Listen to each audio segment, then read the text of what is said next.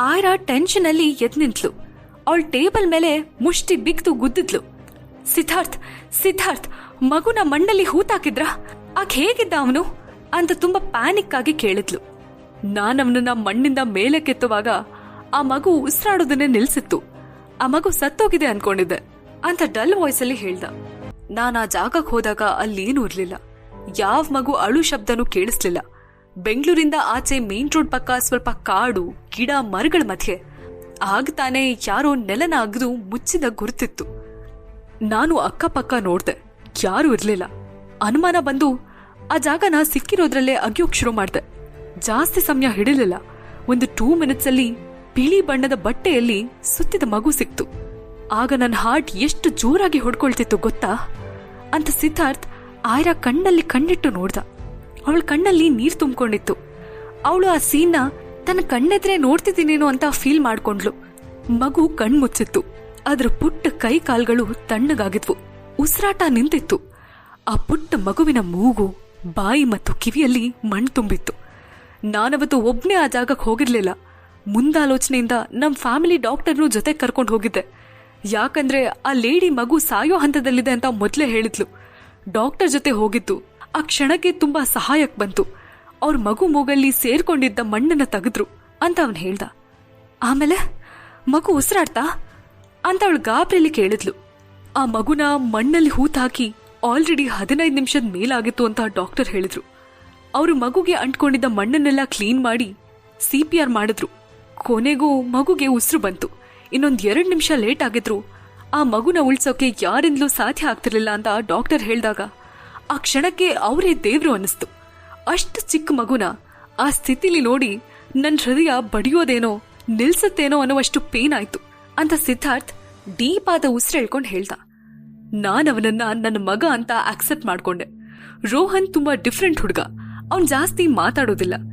ಯಾವ್ದೋ ನೋವಲ್ಲಿರೋ ಹಾಗೆ ಸುಮ್ನೆ ಏನೇನೋ ಯೋಚಿಸ್ತಿರ್ತಾನೆ. ಎಲ್ಲಾ ಮಕ್ಕಳ ಹಾಗೆ ಅವನ್ ಆಟದ ಕಡೆ ಜಾಸ್ತಿ ಗಮನ ಕೊಡಲ್ಲ. 4 ಜನರ ಜೊತೆ ಬೆರೆಯೋದಿಲ್ಲ. ಒಂದ್ ರೀತಿ ಭಯ, ಇನ್ಸೆಕ್ಯೂರಿಟಿಯಿಂದ ಚಿಕ್ಕ ವಯಸ್ಸಿಂದಲೂ ಅವನನ್ನ ಅವನೇ ಹೈಡ್ ಮಾಡ್ಕೊಂಡ್ ಬಂದಿದ್ದಾನೆ. ಡಾಕ್ಟರ್ ಅವನಿಗೆ ಮೆಂಟಲಿ ಸ್ವಲ್ಪ ಪ್ರಾಬ್ಲಮ್ ಇದೆ ಅಂದಿದ್ದಾರೆ.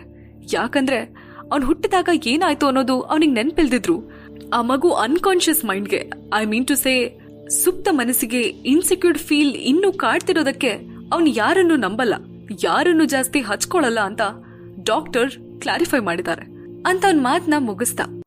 ಅವನ್ ಮಾತಾಡಿ ಅವನ್ ಆಯ್ರಾ ಮುಖ ನೋಡ್ದ. ಅವಳ ಮುಖದಲ್ಲಿ ಹತಾಶೆ, ನಿರಾಶೆ, ಹೇಳ್ಕೊಳ್ಳೋಕೆ ಆಗ್ತಿರುವಂತ ನೋವಿತ್ತು. ಸಿದ್ಧಾರ್ಥ್ಗೆ ಆಗ್ತಾನೆ ಹುಟ್ಟಿದ್ದ ಮಗುನ ನೆಲದಲ್ಲಿ ಹೂಳಿದ್ದ ಅವನ ತಾಯಿ ಮೇಲೆ ತುಂಬಾ ಕೋಪ ಬಂದಿತ್ತು. ಅವಳು ಹಣಕ್ಕೋಸ್ಕರ ಡಿಮಾಂಡ್ ಮಾಡಿದ್ಲು. ಸಿದ್ಧಾರ್ಥ್ ಹಣ ತಗೊಂಡು ಬರ್ದೇ ಇದ್ದಿದ್ರಿಂದ ಆ ಮಗುನ ನೆಲದಲ್ಲಿ ಹೂತ್ ಹಾಕಿರ್ಬೇಕು ಅಂತ ಗೆಸ್ ಮಾಡಿದ್ದ. ಆ ಕಾರಣಕ್ಕೆ ಅವನು ರೋಹನ್ ಹೆತ್ತ ತಾಯಿನ ಕೊಲೆಗಾಡ್ತಿ ಅಂದ್ಕೊಂಡಿದ್ದ.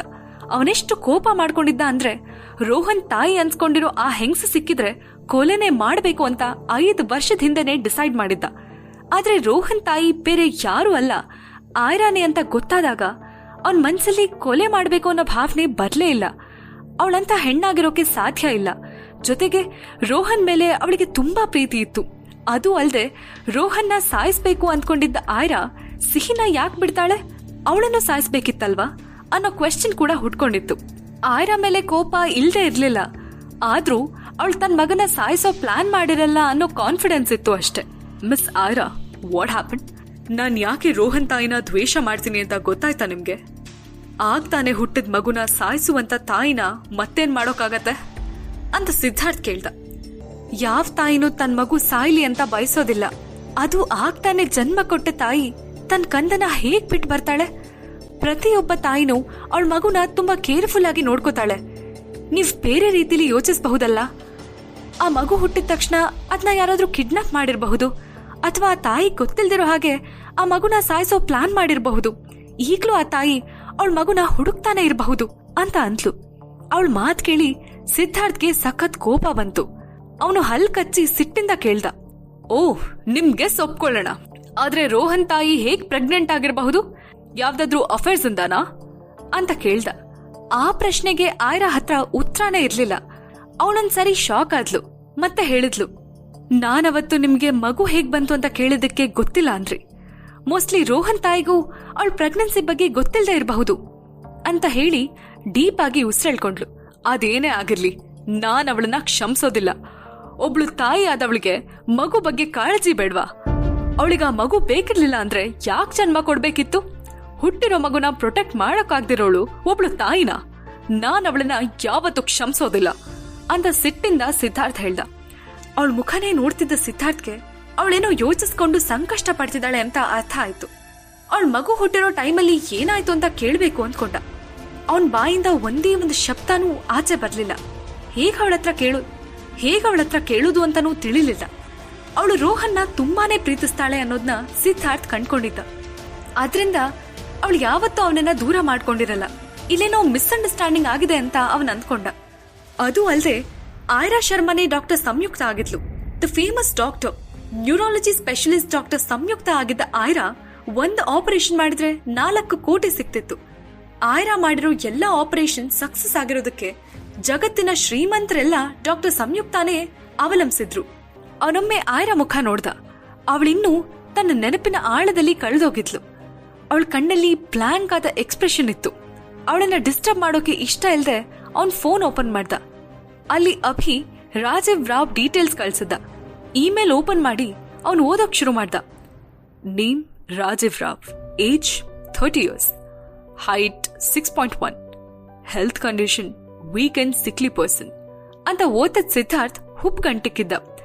30 ವರ್ಷ ಆದ್ರೂ ಮದ್ವೆ ಆಗ್ದಿರೋ ಈ ರಾಜೀವ್ ಹೆಲ್ತ್ ಕಂಡೀಷನ್ ತುಂಬಾ ವೀಕ್ ಇರೋ ಹಾಗಿದೆ. ಯಾವಾಗ್ಲೂ ಖಾಯಿಲೆಯಿಂದ ಸಫರ್ ಆಗ್ತಿರೋದ್ರಿಂದಾನೆ ಇವನಿನ್ನೂ ಮದ್ವೆ ಆಗಿರಲ್ಲ ಅಂತ ಮನ್ಸಲ್ಲೇ ಅಂದ್ಕೊಂಡು ಮುಂದಕ್ಕೆ ಓದೋದನ್ನ ಕಂಟಿನ್ಯೂ ಮಾಡ್ದ. ಓದ್ತಾ ಹೋದಾಗೆ ಅವನ್ ಮುಖ ಇನ್ನಷ್ಟು ಗಂಭೀರವಾಯ್ತು. ರಾವ್ ಫ್ಯಾಮಿಲಿಯವರು ಮೊದ್ಲಿದ್ದು ಡೆಲ್ಲಿನಲ್ಲಿ. 25 ವರ್ಷಗಳ ಹಿಂದೆ ರಾಜೀವ್ ತಂದೆ ಮತ್ತು ಅವ್ರ ತಮ್ಮ ಬೆಂಗಳೂರಿಗೆ ಬಂದು ಸೆಟಲ್ ಆದ್ರು. ಅವ್ರಾಗ್ಲೇ ರಿಚ್ ಅನ್ಸ್ಕೊಂಡಿದ್ರು. ತುಂಬಾ ಫ್ಯಾಕ್ಟರೀಸ್, ಬಿಸ್ನೆಸ್ ಇದ್ದಿದ್ರಿಂದ ಅವ್ರ ಕೈಲಿ ಪವರ್ ಜಾಸ್ತಿನೇ ಇತ್ತು. ಆ ಟೈಮಲ್ಲಿ ರಾವ್ ಫ್ಯಾಮಿಲಿಯೊಂದಿಗೆ ಆಯ್ರಾ ತಾಯಿ ಡಾಕ್ಟರ್ ವಸುಂಧರಾ ಅವರ ಪರಿಚಯ, ಸ್ನೇಹ ಇತ್ತು.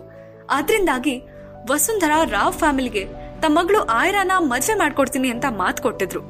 ಅದು ಮಾತಾಗಿ ಉಳಿದೆ ಅಗ್ರಿಮೆಂಟ್ ಪೇಪರ್ ಅಲ್ಲಿ ಪ್ರಿಂಟ್ ಆಗಿ ಬಂತು. ಇನ್ನು ಈ ರಾಜೀವ್ ಬಗ್ಗೆ ಹೇಳೋದಾದ್ರೆ, ಅವರು ಬೆಂಗಳೂರಲ್ಲಿ ಬೆಳೆದವ್ರು. ಅವ್ರ ಫ್ಯಾಮಿಲಿ ರಾಜೀವ್ನ ಫಾರಿನ್ ಅಲ್ಲಿ ಓದಿಸಿದ್ರು. ಆದ್ರೆ ರಾಜೀವ್ ತುಂಬಾ ಬುದ್ಧಿವಂತ, ಒಂಥರ ಜೀನಿಯಸ್. ಅವರು 12ನೇ ವಯಸ್ಸಲ್ಲೇ ಕಾಲೇಜ್ ಸೇರ್ಕೊಂಡ್ರು ಮತ್ತು ಅವ್ರ 15ನೇ ವಯಸ್ಸಿಗೆ ಡಾಕ್ಟರೇಟ್ ಮುಗಿಸಿ ಫಾರ್ಮಸಿಸ್ಟ್ ಆಗಿ ಮೆಡಿಕಲ್ ಫೀಲ್ಡ್ ಅಲ್ಲಿ ಉಳ್ಕೊಂಡ್ರು. ಸ್ವಲ್ಪ ಸಮಯದಲ್ಲಿ ಮೆಡಿಕಲ್ ಫಾರ್ಮಸಿ ಬೇಸರ ಬಂದು ಬಿಸ್ನೆಸ್ ಮಾಡೋ ಸಲುವಾಗಿ ಫಾರಿನ್ ಇಂದ ಬೆಂಗಳೂರಿಗೆ ವಾಪಸ್ ಬಂದ್ರು. ಬಿಸ್ನೆಸ್ ಕೂಡ ಸ್ವಲ್ಪ ದಿನಕ್ಕೆ ಬೇಸರ ಅನ್ಸಿ ಅದನ್ನು ಕೈಬಿಟ್ರು. ಯಾವ್ದೋ ಕಾರಣಕ್ಕೆ ಬೆಂಗಳೂರಿನ ರಾವ್ ಫ್ಯಾಮಿಲಿಲಿ ಗಲಾಟೆ ಮಾಡ್ಕೊಂಡು ಊರ್ ಬಿಟ್ಟು ಹೊರಟೋದ್ರು. ಈಗ ಸದ್ಯಕ್ಕೆ ಮಂಗಳೂರಲ್ಲೇ ಒಂದು ದೊಡ್ಡ ಫಾರ್ಮಸ್ಯೂಟಿಕಲ್ ಫ್ಯಾಕ್ಟರಿ ಓಪನ್ ಮಾಡೋ ಆಸಕ್ತಿ ಇಟ್ಕೊಂಡು ಕೆಲಸ ಮಾಡ್ತಾ ಇದ್ರು. ಜೀವನದ ನಿಗೂಢವಾದ ಕಥೆಯನ್ನ ತಿಳ್ಕೋಬೇಕಂದ್ರೆ ಈಗಲೇ ಡೌನ್ಲೋಡ್ ಮಾಡಿ ಪಾಕೆಟ್ FM ಮತ್ತು ಕೇಳಿ ಐರಾ. ಲಿಂಕ್ ಡಿಸ್ಕ್ರಿಪ್ಷನ್ ನಲ್ಲಿ ಇದೆ.